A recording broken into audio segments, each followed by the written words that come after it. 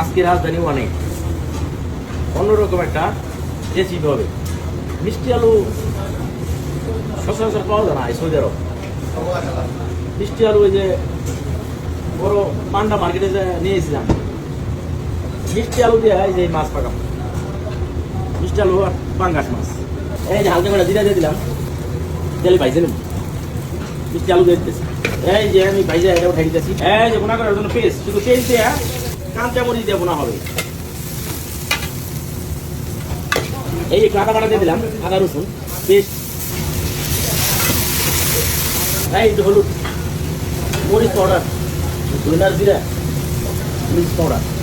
যেহেতু বড় একটা পাঙ্গাস মাছ, ওই জন্য আমি যে ম্যাগি দিয়ে দিলাম, গরম পানি দিয়ে দিলাম। মিষ্টি আলু, মিষ্টি আলু নাকি মন নাই কিছু, এই দোকানে অল্প কিছু পাকাইলে হয় না।